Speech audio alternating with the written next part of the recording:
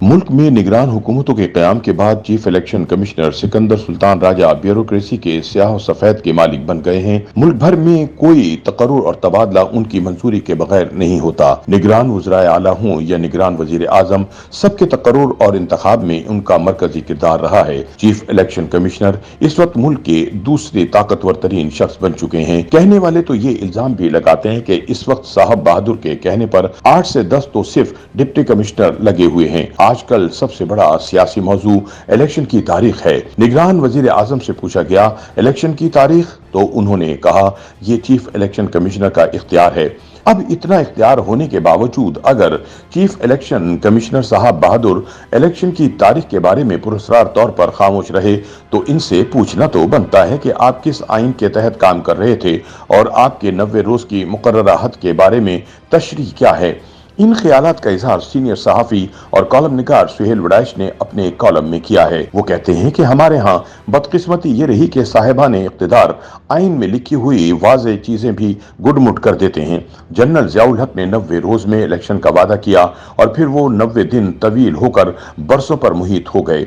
कुछ ऐसा ही हाल मौजूदा इलेक्शन कमीशन का है कि इन्हें आइन में लिखे हुए वाज़े अल्फाज नजर नहीं आ रहे थे क्योंकि वो आइन पर अमल की नजर से इसे नहीं पढ़ रहे थे, बल्कि अपनी ख्वाहिशात के मुताबिक इसकी तावील करने में मसरूफ रहे। इलेक्शन कमीशन पर ही मौकूफ नहीं, यहाँ तो बड़े बड़ों को गिनती में कौन सा अदद बड़ा है और कौन सा छोटा ये भी भूल जाता है। 1988 के इलेक्शन में मुहतरमा बेनजीर भुट्टो की पीपल्स पार्टी को 93 नशस्तें मिली थी, जबकि इस्लामी जमहूरी इत्तेहाद को 54 नशस्तें मिली। उस वक्त के ताकतवर सदर गुलाम इसाक खान ने कहना शुरू कर दिया कि वो जायजा ले रहे हैं कि पीपल्स पार्टी ने ज्यादा नशस्तें जीती हैं या इस्लामी जमहूरी इत्तेहाद ने। इस मौके पर मरहूम और मकफूर नवाबजादा नसरुल्लाह खान ने कहा कि लगता है सदर इसाक खान गिनती भूल गए हैं। किसको नहीं इल्म के 93 का अदद 54 से कितना बड़ा है। ये अलग किस्सा है कि किस तरह जमहूरी दबाव में सदर इसाक खान और मिर्जा असलम बेग को झुकना पड़ा और बेनजीर भुट्टो को इख्तिदार देना पड़ा, मगर इख्तिदार से पहले ही उन्होंने मनवालिया के मुशीर खजाना वी.ए. जाफरी, वजीर खारिजा साहबजादा याकूब खान और वजीर दिफा कर्नल सरवर चीमा होंगे। यूं बेनजीर भुट्टो को जीतने के बावजूद कटाफटा इख्तिदार लेना पड़ा। खैर, जिक्र हो रहा था आइन में लिखे वाज़े अल्फाज का और गिनती में 90 रोज के शुमार का, मगर चीफ इलेक्शन कमिश्नर साहब बहादुर की इस तरफ तवज्जो ही नहीं थी। सुहेल वड़ैच कहते हैं कि इंसाफ की बात यह है कि चीफ इलेक्शन कमिश्नर साहब बहादुर का बतौर अफसर करियर बेदाग है। इन्हें तहरीक इंसाफ के चेयरमैन इमरान खान और leader of the opposition Shahbaz Sharif के दरमियान इत्तफाक राय से चीफ इलेक्शन कमिश्नर बनाया गया। ये भी मानना पड़ेगा कि इंसाफी हुकूमत के दौरान उन्होंने दबाव को मानने से इनकार किया।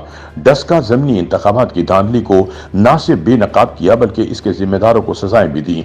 इस सारे अमल में खिलाड़ी खान और इनकी टीम न सिर्फ इनके खिलाफ बयानात देती रही बल्कि इनके खिलाफ एहतिजाज भी करती रही।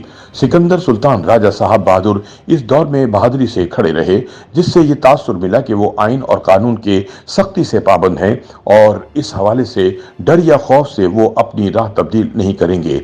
ये इनका पहले का रूप था, मगर इंसाफी हुकूमत जाने के बाद से वो मुल्क के दूसरे ताकतवर तरीन शख्स बन गए हैं। शहबाज शरीफ हुकूमत के जाने के बाद से तो वो और भी ताकतवर हो गए।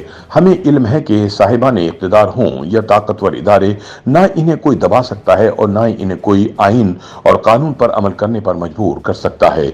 मगर दुनिया में ऐसी मिसालें मौजूद हैं कि साहिबान इख्तिदार और ताकतवर इदारों ने ऐसी बेपनाह ताकत के बावजूद आइन और कानून को मुकद्दम रखने और अपनी ताकत को सरेंडर करने का फैसला किया। ऐसी कौमों ने ही तरक्की की और अपनी ताकत को सरेंडर करने वाले तारीख में हीरो ठहरे।